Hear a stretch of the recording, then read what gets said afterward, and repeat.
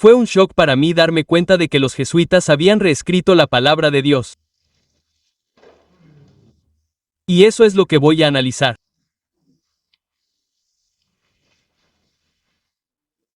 Este hecho junto con algo de la historia sobre cómo lo hicieron y por qué lo hicieron. Y eso es realmente lo que más quiero profundizar.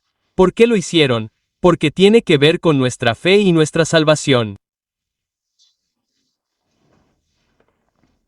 Mateo 7:15 de la mañana Jesús dice: Cuídense de los falsos profetas, que vienen a ustedes con vestidos de ovejas, pero por dentro son lobos rapaces. ¿Por qué? ¿Por qué nos advierte de esto? Porque sabe que es lo mismo que dijo Pablo en Hechos 8:29 de la noche. Porque yo sé que después de mi partida entrarán en medio de vosotros lobos rapaces, que no perdonarán al rebaño. Jesús sabía que habría quienes atacarían al rebaño e intentarían socavar la fe socavando la verdad. Quiero dejar claro ese punto. Vienen para socavar la fe o para socavar la fe socavando la verdad. Tan pronto como la verdad es socavada, nuestra fe es socavada. Hay muchas maneras en que esto se ha intentado, pero quiero ver una forma en que se ha hecho. No es que se pudiera hacer o se podría haber hecho, pero desafortunadamente se ha hecho. Ha sido muy exitoso para la mayor parte del cristianismo. Y eso es socavar la mismísima palabra de Dios. Así que quiero retroceder y mirar un poco de historia aquí por solo un minuto. Y esta no es la historia que me enseñaron en la escuela. Aprendí sobre John Adams, aprendí sobre Abraham Lincoln, pero nunca vi una de estas citas de estos tipos. Imagínate. ¿Verdad? También sabemos quién tenía el control del sistema escolar, ¿verdad? Así que John Adams le escribió a Thomas Jefferson y habló mordazmente sobre los jesuitas y temía que entraran al país en masa. Y los condenó diciendo: si alguna vez hubo un grupo de hombres que mereciera la condenación eterna en la tierra y en el infierno, es esta sociedad de Leolas. Vaya. Quiero decir, ese es un lenguaje bastante fuerte. Si alguna vez hubo un grupo de hombres que mereciera la condenación eterna en la tierra y en el infierno, es esta sociedad de Leololis.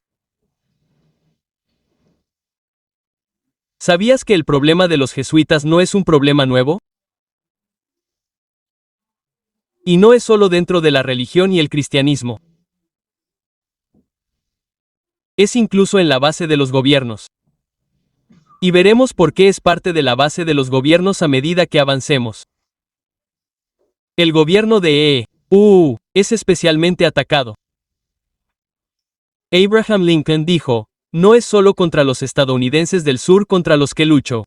Es más bien contra el Papa de Roma y sus jesuitas pérfidos y sus esclavos ciegos y sedientos de sangre contra los que tenemos que defendernos. Incluso Abraham Lincoln reconoció el problema central de lo que estaba sucediendo. ¿Sabías que la guerra civil aquí en Estados Unidos, según Abraham Lincoln, tuvo que ver más con los jesuitas que con cualquier otra cosa? Eso debería decirte cuán profundamente habían arraigado sus raíces en el sistema para entonces, incluso. Ahora, quiero hacerte esta pregunta. ¿Crees que el dragón dejaría en paz al país que protegió a la mujer en el desierto? Por supuesto que no. Este va a ser su principal objetivo, ¿verdad? Su principal ataque. ¿Crees que simplemente se resignaría al hecho de que había un refugio seguro para la Iglesia de Dios? ¿O crees que redoblaría sus esfuerzos para infiltrarse, atacar y cambiar el bastión nacional de la Iglesia de Dios?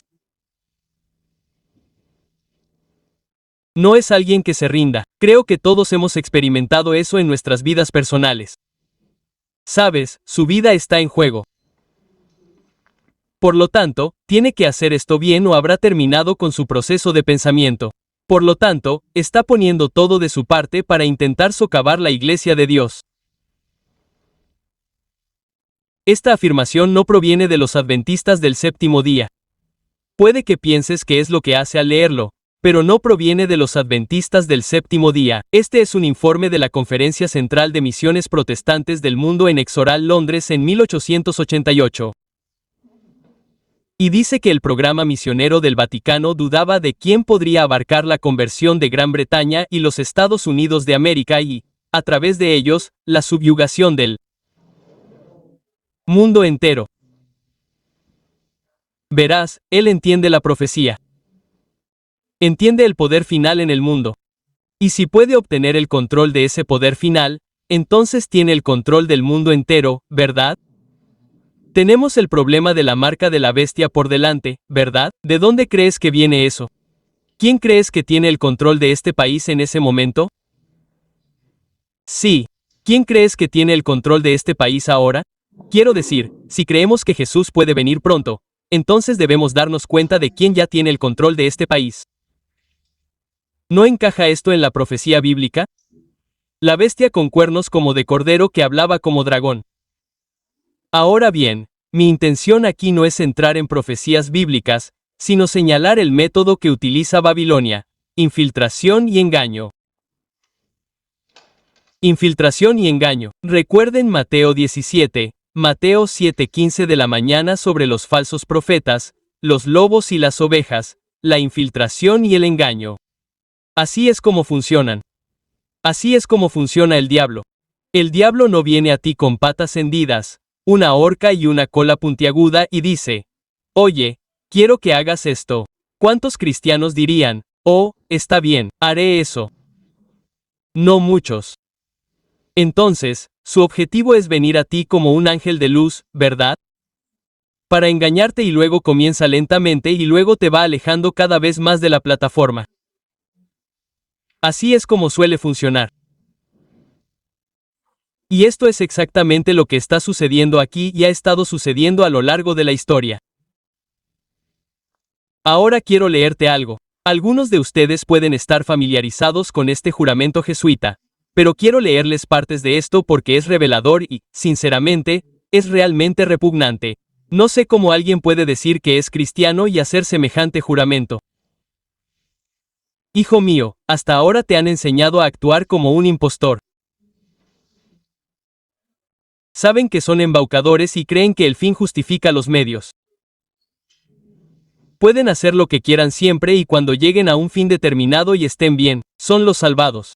¿Qué clase de cristianismo es ese? Entre los reformadores, ser reformador; entre los calvinistas, ser calvinista. Entre los protestantes, ser protestante y obtener su confianza es intentar predicar incluso desde sus púlpitos. Aquí hay todo un sermón. Se te ha enseñado tu deber como espía de congraciarte con la confianza de herejes de toda clase y carácter, así como entre las escuelas y universidades. Entonces, retrocediendo un poco, observando esto, te han enseñado que tu deber como espía es congraciarte. Conviértete en un experto en sus costumbres. Conviértete en adventista de los adventistas, ¿cierto? Ellos saben lo que es el adventismo. Saben en qué cree el adventismo probablemente mejor que la mayoría de nosotros. Saben que todo lo que te estoy presentando, están familiarizados con estas cosas. Pero aquí, para entrar en materia entre las escuelas y las universidades, Hitler dijo que si controlaba los libros, controlaba a la gente. Y por libros se refería a los libros escolares. Si controlo lo que aprenden los niños, controlaré a toda la nación. Controlaré a la gente. El plan de la sociedad era derrocar la educación basada en la Biblia de los protestantes. Ahora bien, debes recordar que en aquel entonces la educación escolar en los Estados Unidos no era gubernamental. Era privada, que es como debe ser. Era privada porque una vez que involucras al gobierno, te enseñarán lo que quieren que aprendas. ¿Y quién tiene el control del gobierno? Entonces, ¿ves a dónde nos lleva todo esto? Charles Spurgeon dijo lo siguiente al hablar de los infiltrados jesuitas: se guardan una parte del Evangelio. Habiendo estudiado en el nuevo colegio jesuítico del diablo, se guardan una parte del Evangelio. ¿Sabes? Hay mucho poder en eso. ¿Qué significa eso? Significa que desde el púlpito, están predicando el Evangelio. Simplemente no te lo están contando todo. Están reteniendo puntos vitales que son fundamentales para tu conversión verdadera y completa. ¿De qué sirve un coche con solo 3 ruedas? Porque podrías decir, bueno, al menos están predicando la verdad. Sí, pero si te dan un coche que solo tiene 3 ruedas, ¿de qué sirve? Necesitas tener toda la verdad. Así como necesitas tener todo el coche para llegar al pueblo y hacer lo que tienes que hacer. Necesitas tener toda la verdad. He visto a muchos pastores enseñar la verdad solo para llegar a ese punto al final. Se caen de bruces teológicas porque simplemente no pueden expresarlo. Sí. O lo retienen intencionalmente. Y no estoy tratando de juzgar los motivos de diferentes personas. No conozco los motivos de las personas, pero sé lo que he visto, y no puedo decirte cuántas veces he visto control mental, incluso en este movimiento, donde alguien está enseñando algo y te lleva directo al grano y luego se detiene. Pero, ¿qué hace el cerebro? Sigue adelante. Pero tienen una negación plausible. Bueno, yo no dije eso. Yo no enseñé eso.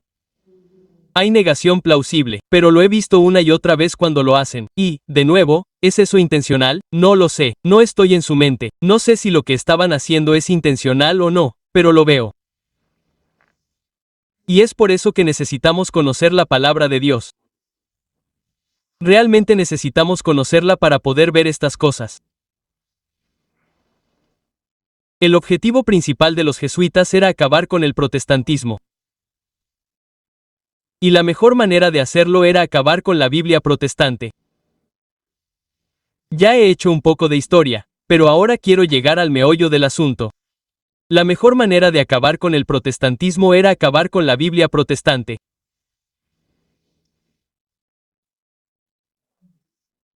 Tyndale le dijo al papado: quiero que el labrador común sepa más de las escrituras que tú. Eso es algo muy poderoso. ¿Crees que los jesuitas querían eso? En absoluto. No querían eso.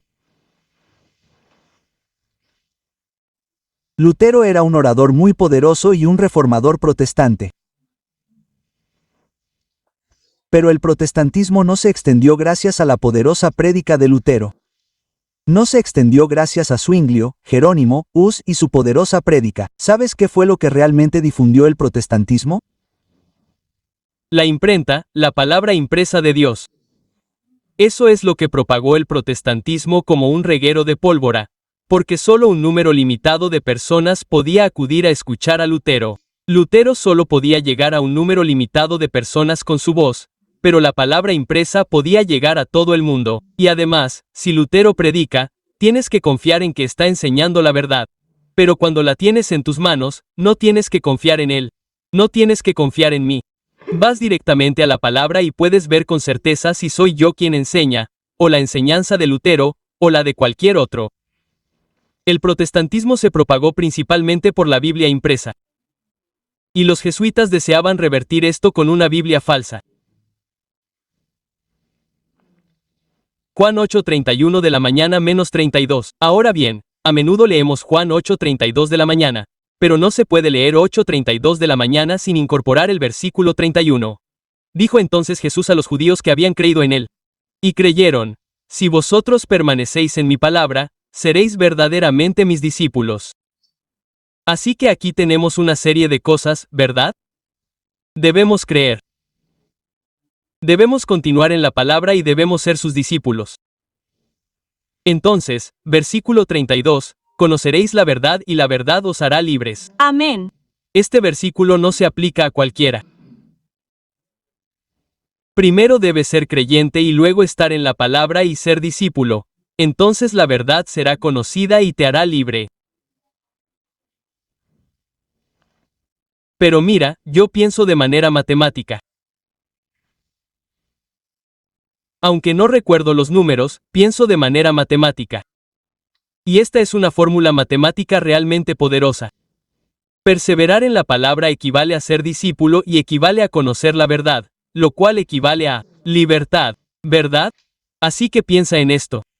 Si el diablo no quiere que tengas libertad, ¿qué va a hacer? Si continúas en una palabra corrupta, tendrás un discipulado corrupto, lo cual significa que tendrás un conocimiento corrupto de la verdad, lo cual significa que tendrás una libertad corrupta, que en realidad no es libertad. ¿Puedes ver esa fórmula matemática? ¿Puedes ver lo simple que es esto en realidad?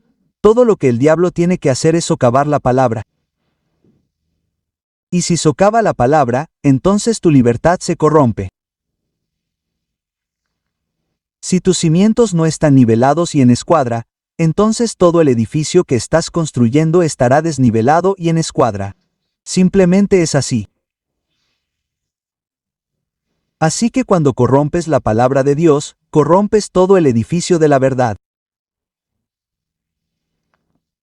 Yo solía trabajar en la construcción y era el encargado de los acabados. Mi hermano era el carpintero y se volvía loco cuando trabajaba con él en la elaboración de los marcos porque yo intentaba hacer las cosas bien. Y él decía, estás malgastando el dinero, no tiene que ser perfecto, simplemente hazlo bien. Pero luego, cuando llegaba el momento de terminar el trabajo, yo pensaba, Matt, vete de mi casa. Las molduras no tienen que estar enmarcadas de forma tosca. No puedes tener huecos en las molduras. Puedes dejar huecos en el marco, pero no en las molduras. Pero si los cimientos están descentrados, un buen recortador puede hacer maravillas para que una habitación que no está a escuadra parezca cuadrada. Puede hacer cosas realmente sorprendentes. Pero si está muy descuadrada, no hay mucho que puedas hacer. Realmente no hay mucho. Nosotros hicimos una pequeña oferta por una casa y no éramos los más baratos. Por lo general, no lo éramos. Así que decidieron contratar a otra persona. Recibimos una llamada unos 3 meses después. ¿Podían venir a ver y arreglar? Y dijimos, bueno, lo haremos. No podemos garantizar necesariamente que podamos arreglarlo. Y las cerchas de la casa estaban muy descentradas. Quiero decir, estaban muy descentradas. Había un pie aquí y otro pie aquí. Así de descentradas. Y dijimos, bueno, aparte de desmontarlo todo y rehacerlo, no hay nada que podamos hacer. Probablemente estemos hablando de $20,000. Y yo dije, mira, puedo recortarlo de tal manera que te dé la apariencia visual, pero si alguien se para debajo y mira, solo lo verá. No hay nada que puedas hacer. Y eso es lo que optaron por hacer. ¿Sabes? Terminaron gastando mucho más a largo plazo para que volviéramos y arregláramos las cosas que para que lo hiciéramos la primera vez. Y él vino muchas veces y se disculpó. Debería haberte pedido que lo hicieras la primera vez. Correcto. Pero el edificio, si esos cimientos están mal. Puedes ponerles un bonito adorno, pero nunca quedará del todo bien. ¿Y sabes qué? Esa moldura de corona en el edificio de la verdad, es la justicia por la fe.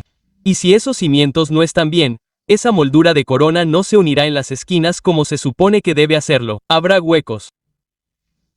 Y puedes intentar rellenarla con masilla, pero se caerá. Se va a agrietar, secar y caer. Y el diablo lo sabe. Lo sabe perfectamente. Esto viene del libro La conspiración jesuita, el plan secreto de la orden. Así que lo estoy citando. Tómalo como quieras porque no se puede respaldar por completo. Y solo quiero ser sincero al respecto, esto no se puede respaldar por completo, pero quería incluirlo.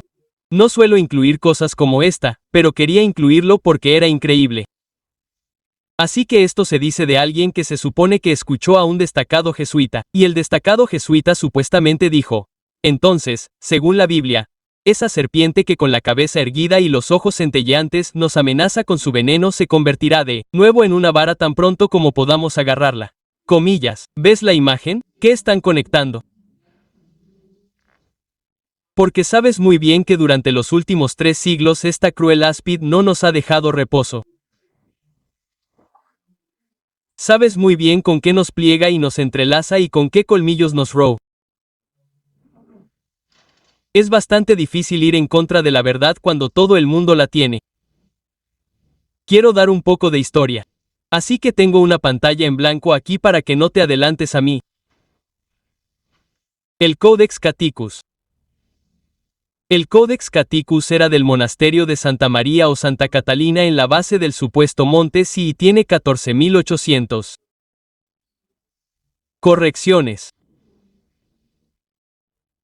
Y se dice que el Papa expresó su más alto aprecio por la publicación. Ya. ¿Sabes? Si el Papa estaba expresando su más alto aprecio por lo que estoy enseñando, espero que todos ustedes vayan. No estoy tan seguro de eso. Ahora bien, ya sabes, por supuesto que no basamos nuestra fe en lo que el Papa dice. Pero eso debería ser una evidencia, debería ser algo que haga saltar las alarmas, ¿no? Si alguien escribe un libro sobre el sábado y dice ser adventista del séptimo día, el Papa dice, oye, este es un buen libro, deberías leerlo. No creo que ese sea probablemente un muy buen libro. Tenemos el Códice Sinático y también tenemos el Códice Vaticano, que es de la Biblioteca del Vaticano. Así que, para empezar, uno procede del monasterio de Santa Catalina y el otro del Vaticano. Quiero decir, tienes que ir, Vale. Pero en la década de 1880, se decía que eran más antiguos que los que utilizaba la versión King James. Así que quiero abordar esto durante un minuto porque el argumento es que, como son más antiguos, son más precisos. Ese es el argumento. Ahora bien, en primer lugar, eso no es cierto. Pero voy a seguir con esa teoría durante un minuto y quiero mostraros algo que me parece muy interesante.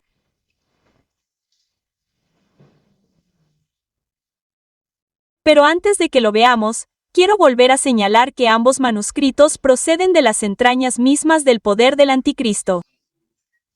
Ya. Sabéis, incluso sus nombres os lo dicen. Esto. ¿De verdad crees que el mismo poder que está ebrio con la sangre de los santos y que quiere destruir el protestantismo no habría alterado estos documentos si fueran reales? Si fueran reales. ¿De verdad quieres confiar en eso?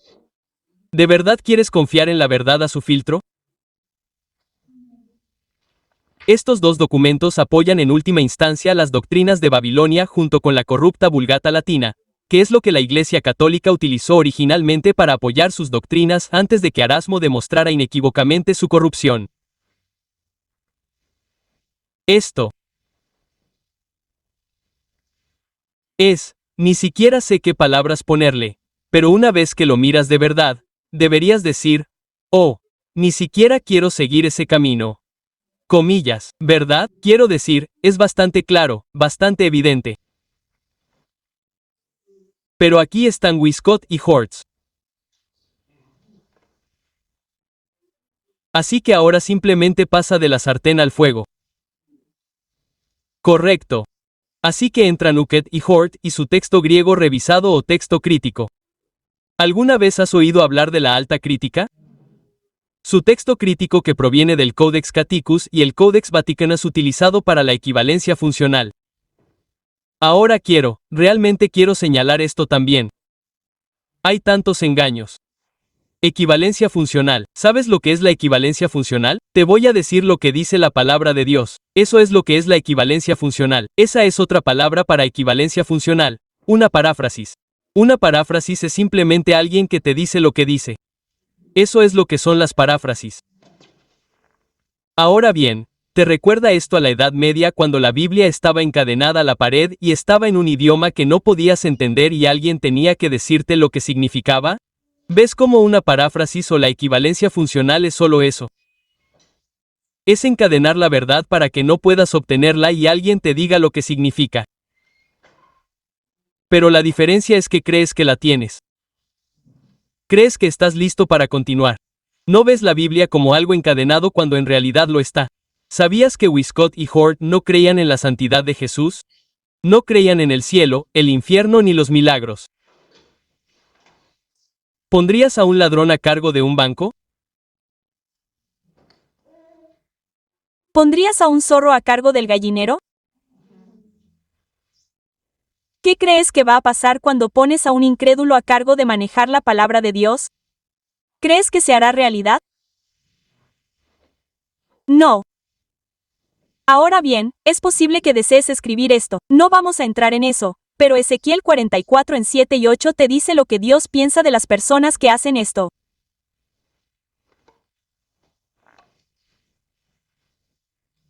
En Romanos 10:17 de la mañana, se nos dice, así que la fe es por el oír, y el oír, por la palabra de Dios. La palabra de Dios es inspirada por el pensamiento, no por la palabra. Y las paráfrasis te dicen en qué se basaban esos pensamientos, en su propia interpretación. Y no te permiten decidir por ti mismo cuáles eran esos pensamientos. Ahora bien, en esta línea, me escucharás de vez en cuando. Citaré diferentes versiones, pero solo las cito cuando concuerdan con el Textus Receptus. Y estoy especificando más el Textus Receptus porque a veces, ya sabes, la gente me ha preguntado, ¿solo se basa en la King James? Sí y no. No tengo ningún problema con otras versiones que se basan en el Textus Receptus. ¿Ves lo que digo? Por lo tanto, no es necesariamente solo la King James. Si hay una versión mejor, estoy a favor siempre y cuando se base en el Textus Receptus, no en el Sceticus o el Vaticanus. Pero solo voy a citar estas otras versiones cuando concuerden y digan lo mismo, pero de una manera más clara. ¿Tiene sentido? Si te basas en este versículo, entonces la fe viene del oír, y el oír, por la palabra de Dios. Si estás leyendo la palabra de Dios o si crees que estás leyendo la palabra de Dios, pero estás leyendo una corrupción, ¿crees que tu fe será incorrupta? No, la fe viene del oír la palabra de Dios. Si la palabra de Dios está corrupta, entonces, por defecto, tu fe ahora está corrupta. ¿Puedes ver por qué el diablo ha ido directamente a esto? Y ha usado tantas vías diferentes para intentar engañar y confundir, infiltrarse y estafar. Y es incluso mejor que encadenar la Biblia a la pared del fondo en un idioma diferente, porque cuando está encadenada a la pared del fondo en un idioma diferente, la gente dice, ojalá pudiera leer eso, ojalá pudiera tener eso, pero ahora la gente tiene lo que cree que es la Biblia, y están contentos con ello. No buscan más porque creen que lo tienen. ¿Ves cuánto más peligroso es eso? Marcos 4:16 de la tarde. El que creyer y fuere bautizado, será salvo. Mas el que no creyer, será condenado. ¿Qué tiene que ver eso con lo que estoy hablando? Todo. Tiene que ver con este tema. Recuerda que te dije que el Codex Vaticanus y el Codex Sinaiticus eran supuestamente más antiguos que el Textus Receptus. Bueno, sé. Dice que el Codex Sinaiticus y el Vaticanus son de principios del siglo IV y más antiguos que el Textus Receptus, que es de mediados del siglo IV. Así que supuestamente el Sinaiticus y el Vaticano son medio siglo más antiguos. Vale, tened paciencia conmigo, voy a repasar algunas cronologías. Probablemente debería haber puesto esto como algo visual, pero voy a repasar algunas cronologías aquí, y, por tanto, el proceso de pensamiento es que, como son más antiguos, son más fiables porque, al copiar cosas, es probable que cometas más errores. Ese es el concepto, ¿no? Bueno.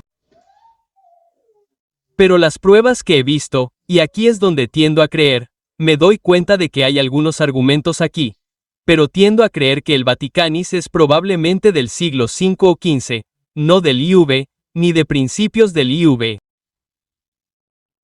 Y el Sinaiticus es en realidad más bien del siglo XIX, probablemente escrito por un tal Simonides en el siglo XIX, no a principios del IV. Quiero decir, si tienes tinta vieja y papel viejo, puedes escribir algo que parezca viejo y saldrá como si fuera viejo.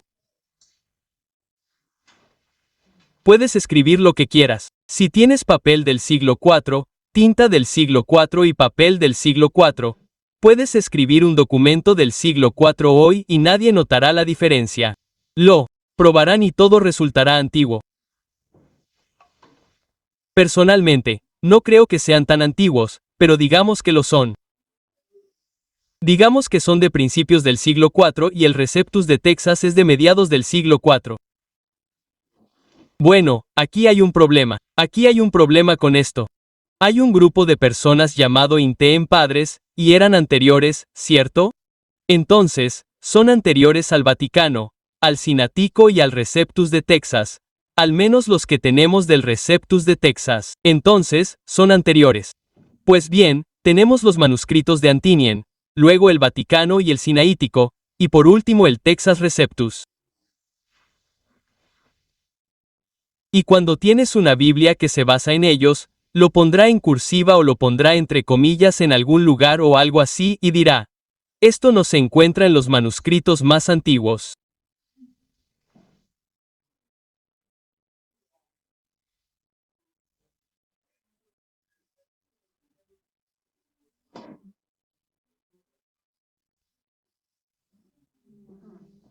Y lo que está haciendo es socavar la palabra de Dios.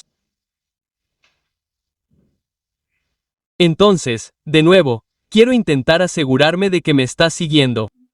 Los manuscritos más antiguos, de principios del siglo IV, no tienen este versículo. El Receptus de Texas, que es posterior, sí lo tiene. ¿Sabías que los padres antillanos, anteriores a los cuencos, citan este versículo? ¿De dónde lo habrían sacado si solo apareció a mediados del siglo IV en el Receptus de Texas? ¿Ves el punto? Vale, entonces, ¿por qué el Receptus de Texas es de mediados del siglo IV? Porque es todo lo que pudimos encontrar. Eso no significa que fuera de esa época, solo significa que es la copia más antigua que podemos encontrar. Las copias anteriores debieron haberse desmoronado para entonces. ¿Ves lo que digo? Que no sea tan antiguo como el Catacus y el Vaticanus no significa que el Saticus y el Vaticanis sean más antiguos. Simplemente significa que no tenemos una copia anterior del Receptus de Texas. Y no hace falta buscar mucho para darse cuenta de que el Receptus de Texas es en realidad más antiguo porque los padres antillanos lo citaron. ¿Ves lo que quiero decir? Así que la gente dirá, oh, el Vaticanista y el Saticus son más antiguos y, por lo tanto, más fiables. Ese es un argumento falso. No es verdad. Creo que toda la información, bueno, ya les he dado mis pensamientos, pero creo que son mucho más recientes que las de principios del siglo IV. Quiero ver un par de versiones diferentes rápidamente y terminaremos. Juan 1:18 de la mañana, la versión King James dice, nadie ha visto jamás a Dios, el Hijo unigénito, que está en el seno del Padre, Él lo ha dado a conocer. La nueva versión estándar americana dice, nadie ha visto jamás a Dios, el Dios unigénito, que está en el seno del Padre, Él lo ha dado a conocer. Ahora bien, ¿eso es estrictamente incorrecto? No, no estrictamente. Pero, ¿a dónde va la mente cuando lees la nueva versión estándar americana? Al Dios unigénito. Eso suena un poco raro. ¿Suena como una especie de Dios trino? Correcto. ¿Por qué? Porque esa era su intención. Esa era la intención. ¿Recuerdan que Wiscott y Hort no creían en la condición de sol de Jesús? Así que intentaron cambiar estas cosas donde pudieron. Efesios capítulo 3:9, y para aclarar a todos cuál sea la dispensación del misterio. Escondido desde los siglos en Dios, que creó todas las cosas por medio de Jesucristo. Ahora bien, las ediciones Westcott y Hort eliminan, por Jesucristo. Estas versiones buscan eliminar la condición de Jesús y rebajarlo a un espíritu divino que posee un cuerpo humano creado. Esa era su intención, esa era su creencia. ¿Y saben lo que hacen todas las doctrinas trinas? Simplemente que este ser divino descendió y habitó un cuerpo humano. Esa es la teología de un Dios trino. Por lo tanto, Babilonia y sus hijas pueden concluir que el Hijo de Dios no murió realmente en la cruz, sino que solo murió un cuerpo humano, eliminando así su sacrificio. En esto, tanto los trinitarios como los unitarios están totalmente de acuerdo. Por cierto, un unariano es alguien que cree que Jesús fue simplemente un buen hombre, fue un profeta, pero no nació antes de su nacimiento en la tierra. Por lo tanto, un unitario y un trinitario están totalmente de acuerdo en la cruz. Piensa en eso por un minuto. Eso debería decirte algo. Se le dio una RSV al Papa y el Papa, Cito textualmente. El Papa aceptó la copia como un paso significativo para promover las relaciones ecuménicas entre las iglesias. Esto proviene de las traducciones al inglés de la Biblia Hoy y Mañana de Bruce M. Metzinger. El Papa aceptó la copia como un paso significativo para promover las relaciones ecuménicas entre las iglesias. La RSV es una Biblia ecuménica. ¿Encuentras que el Papa dice esto sobre la versión King James? No. ¿Por qué? Porque la versión King James señala quién es él. El Texas Receptus aclara quién es él y es mucho más fácil encontrarlo allí. Ahora bien, ¿significa eso que estás perdido si estás leyendo una versión no inspirada o, ya sabes, una de estas otras? No, no estoy tratando de decir que porque estés leyendo algo que no sea la versión King James estés perdido. ¿Se puede encontrar la verdad en esas cosas? Sí, todo lo que tienes que tener es Juan 3:16 de la mañana, porque de tal manera amó Dios al mundo, que ha dado a su Hijo unigénito, para que todo aquel que en él cree, no se pierda, mas tenga vida eterna. Eso es realmente todo lo que necesitas para la salvación. Puedes ver el amor de Dios, y gracias a ese versículo, tu corazón puede quebrantarse y puedes entregárselo a Dios. Ese es el fundamento de la salvación, y se encuentra en Juan 3:16 de la mañana. Pero, ¿vas a seguir adelante hacia la perfección de la que se habló en el culto de esta mañana? No vas a seguir adelante en la perfección con una Biblia corrupta. No va a suceder. Tu fe se corromperá como resultado. El movimiento protestante se difundió principalmente mediante la impresión de la Biblia. Por lo tanto, los jesuitas deben corromper el protestantismo difundiendo una Biblia corrupta. ¿Cuántos de ustedes pueden ver que este es un tema importante? Este es un gran problema. Amén. Ahora, estamos hablando de restaurar el adventismo, y tengo algunas preguntas. ¿Cuántas religiones afirman tener la Biblia? Casi todas las religiones cristianas afirman tener la Biblia. ¿Cuántas? ¿Cuáles? Sí, incluso el Islam hasta cierto punto. Pero, ¿cuántos de ellos afirman que son la versión King James? Oh, lo hemos reducido mucho. Lo hemos reducido mucho. Pero todavía hay bastantes que afirman ser la versión King James. En Deuteronomio 7:15 de la noche se nos dice, por boca de 2 o 3 testigos se decidirá el asunto. Así que, en los próximos sermones, vamos a profundizar en las herramientas que se pueden utilizar para conocer y discernir cuál es la verdad. ¿Pueden ver cómo tener la Biblia equivocada va a hacer que sea más difícil discernir la verdad? Así que, si vamos a entender la verdad, realmente necesitamos tener una Biblia correcta para obtener esa comprensión completa. ¿Tiene sentido? Así que esta también es una de las herramientas. Esta es una de las herramientas, pero he descubierto que hay otras herramientas que podemos utilizar para ayudar a aclarar qué es la verdad y que pueden utilizarse como filtro para ayudarnos a guiarnos en nuestro camino hacia la verdad. Así que mi llamamiento a ustedes es que esto es realmente importante.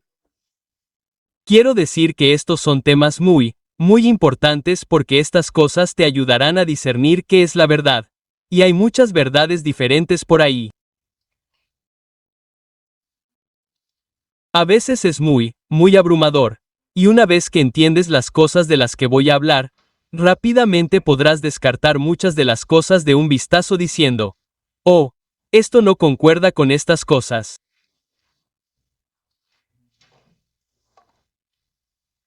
Terminemos con una palabra de oración, así que, cuando sea posible, arrodillémonos. Padre Celestial, te agradecemos por la segura palabra de profecía que nos has dado.